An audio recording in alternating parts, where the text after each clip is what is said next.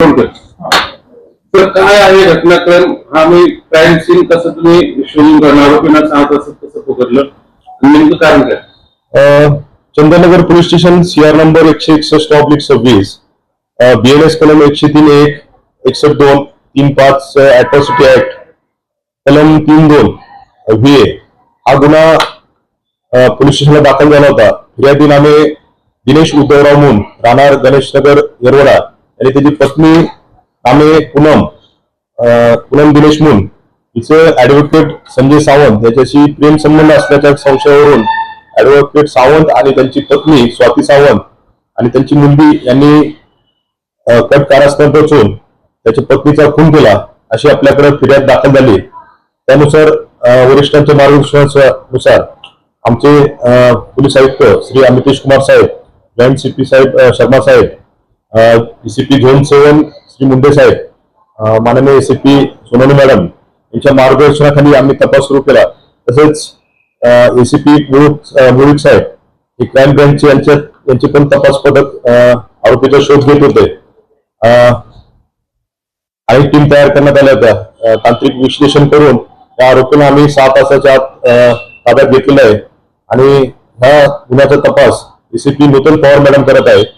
आज ह्या आरोपींना कोर्टात सादर केले असता त्यांचं 22 तारखेपर्यंत रिमांड घेण्यात आलेलं आहे आणि अधिक तपास आम्ही करत आहोत। काय कारण काय असं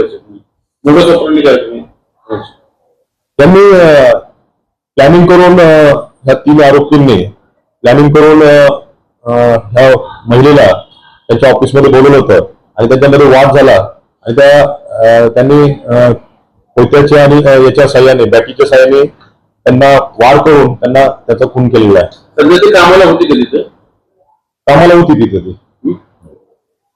कारण काय सांगितलं मी याच्यातनं रागातनं मी याचा सहभाग कसा आहे ही स्वाती केली पण हे आहे ना ऍडव्होकेट संजय सावंत यांचा सहभाग कसा त्याच्यामध्ये यांनी पूर्ण प्लॅनिंग करून हा खून केलेला आहे। त्यामुळे आपण कटकारस्थांचे कलम 102 पण लावलेले आहे आणि अधिक तपास आमचा सुरू आहे। ते पुण्यात नव्हते असं समजतंय ऍडव्होकेट संजय सावंत त्याविषयी आम्ही त्याचं तांत्रिक विश्लेषण करून आम्ही त्याचा तपास करत आहोत।